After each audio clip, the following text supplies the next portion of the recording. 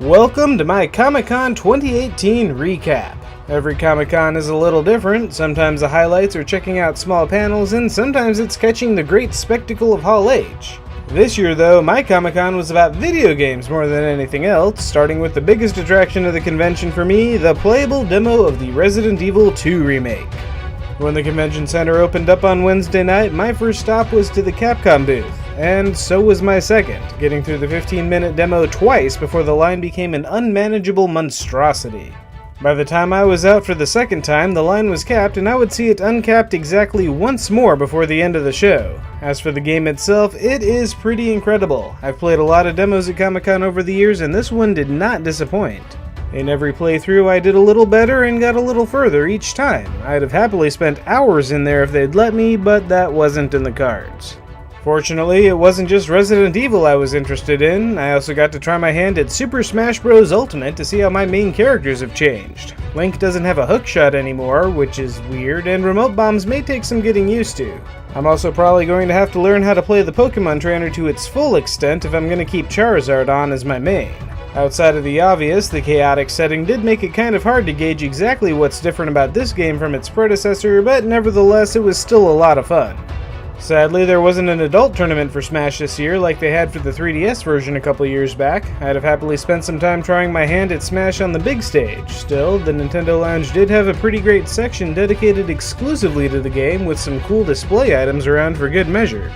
And speaking of displays, I took a lot of footage of a lot of cool things, so how about we take a break for a nice little display montage?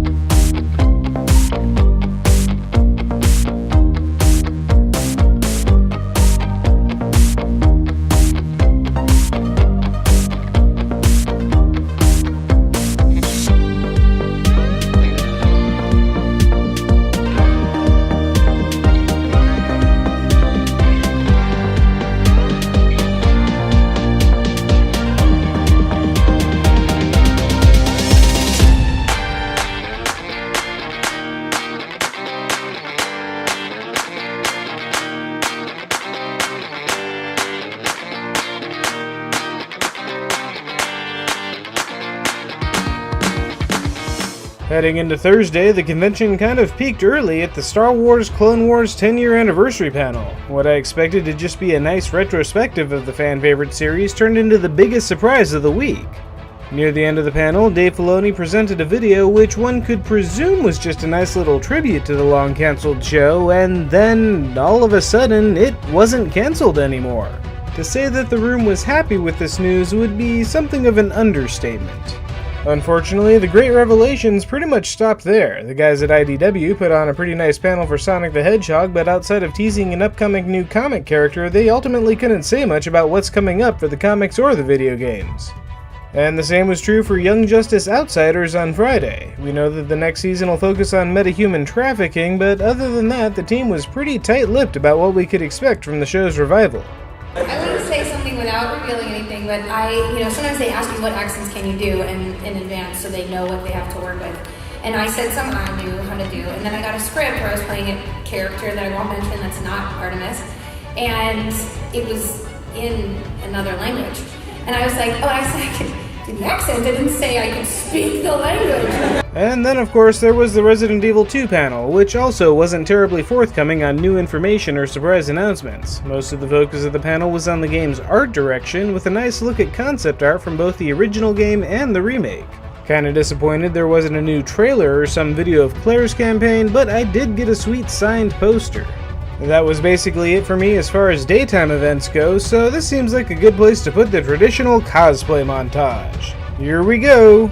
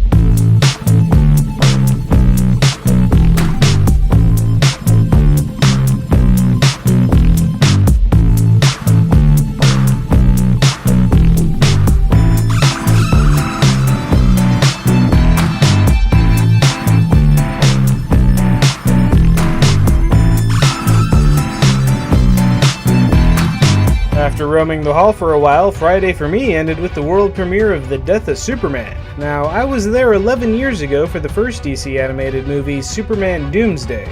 This is the same story, but they've gotten a lot better since then. I legit teared up at the end, and I'm excited for Reign of the Supermen next year. Heading into Saturday, it was a day of ups and downs. We had to get in bright and early for just a chance at the tickets to the world premiere of Deadpool 2's extended cut, but luck was with us and we managed to score the fabled tickets. The rest of the day was kind of a bust though. I missed out on the Batman the Animated Series panel with the room capping just a few people ahead of me, and my efforts for a third shot at the Resident Evil 2 demo were for naught that day. Still, when all else fails, there's always Hall H, which was surprisingly easy to get into this year, at least for certain times of the day. Spending the evening with Kevin Smith, the panel turned into an impromptu flash panel as Tom Cavanaugh, Grant Gustin, and Carlos Valdez showed off a short film they produced in their downtime. Smith himself showed us the pilot for Hollyweed, which he really wants to get turned into a regular series, and overall had a lot of reaffirming life advice as somebody freshly renewed from a near-fatal heart attack. Like, you know the truth inside. You know you're supposed to be doing the thing. So do the thing. Now, if you're sitting out there going, well, the thing for me is I want to hunt children. I'm not fucking talking to you. Don't do that thing. Talking about being creative, man. Smith is a great speaker, but maybe too great because he doesn't know how to stop, and we ended up having to bail out early to make it to Deadpool 2. After warming up the audience with a round of trivia rewarded with crisp high fives, Ryan Reynolds and David Leitch came out to introduce the movie, with the usual rounds of cracks at Fox's budget. Reynolds wasn't entirely joking either. The movie was great, but afterwards, those of us that didn't rush for the exits got shorted out on gifts because Fox didn't send enough shirts. I didn't have much going on Sunday, so I spent a good chunk of the morning hanging around in the other half of the Nintendo Lounge. In particular, Mario Tennis Aces is not only fun, but it's exciting to watch too. We watched some kids go back and forth for a good long while and weren't even mad about it taking so long to get to our turn. After some time in the Nintendo Lounge and going retro with some pinball machines, I headed back to the floor for, of course, another shot at the Resident Evil 2 demo. This time around, I made it all the way into the library before timing out. After a combined 45 minutes of playtime, I'd say I have that brief section of the game pretty much down. I can't wait until I get a hold of the final product. Beyond that, I was pretty impressed by the Capcom booth in general. Along with the RE2 demo, they had cosplayer zombies there to do photos with people, and the staff running the booth actually knew how to set up and frame photos, which is kind of a rarity. And that, along with eating a lot of good food, was my convention experience this year. Not a lot of huge revelations, but plenty of fun. Ironically, not going into Hall H means I missed a lot of the big trailers that premiered, but fortunately the internet is still a thing, so if you missed those trailers too, check out my news video for all the cool things from the week. That's it for this year's Comic-Con recap, so what was your favorite news from Comic-Con this year? Let me know in the comments. If you like this video, be sure to subscribe to my channel, and we'll see about doing this again next year.